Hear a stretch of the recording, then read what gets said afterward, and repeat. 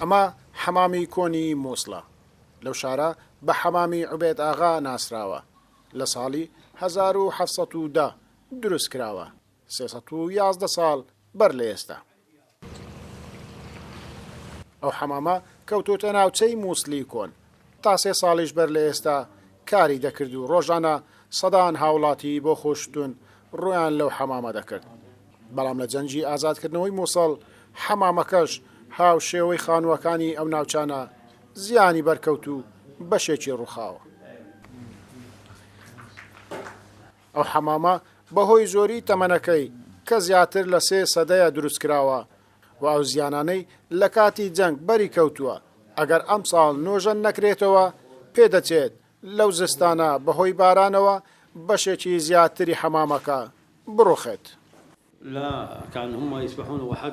شامل حامد کە ئێستا ئەو خاوەنی حەمامەکەیە دەڵێت بەڕێوەبەری شوێنەواری نینەوە ڕێگایان پێنادەن حەمامەکان نۆژەن بکەنەوە و پێیان وتون حەمامەکە شوێنەوارە دەبێت لەلایەن کەسانی شارەزا نۆژەن بکرێتەوە. بس خلوا قطعة يعني مثل يقول تابعة للآثار منطقة أثرية ما حد يتقربها لكن احنا إذا تقع بەڕێوبەرایەتی شوێنەوار تەنها پۆستەرێکیان لە دیوارەکە هەڵواسیوە و هیچی تریان نەکردووە. نە ئەوان نۆژەنی دەکەنەوە نە ڕێگا بە ئێمەش دەدەن دەستکاری بکەین و نۆژەنی بکەینەوە. ئەگەر وا بڕوات ئەو بەشەی ماوەش دەڕوخێ. بەداخەوە شوێنەوارێکی مێژووی ئاوا کە تەمەنی زیاتر لە 3 سەدەیە بەو شێوەیە پشتگوێ خراوە. ئەم حەمامەیە لە هەر شوێنێک و شارێکی تر بوایە بە زووی نۆژەن دەکرایە و خزمەتی دەکرا. ئەم حەمامەیە هەر تەنها هی ئێمە نییە بەهۆی مێژووە کۆنەکەی کە هەیەی هەموو خەڵکی شارەکە دەیپارێزن و چاوی لێ دەکەن. خەڵکانێکی زۆر داوایان کردووە کە بکرێتە مۆزەخانە و داهاتی بۆ هەموو خەڵکی شارەکە هەبێ.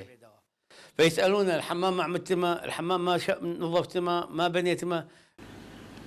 ئەو حەمامە بە بەرد و گێز دروست کراوە لە هەموو کاتەکانی شەو یان ڕۆژ هەر گەرم بووە تاوەکو پێش ئەوەی لە کاریش بوەستێ بەراورد بە حەمامەکانی تری ئەو شارە زۆرترین هاوڵاتی بۆ خۆشتن ڕۆیان لەو حەمامە دەکرد.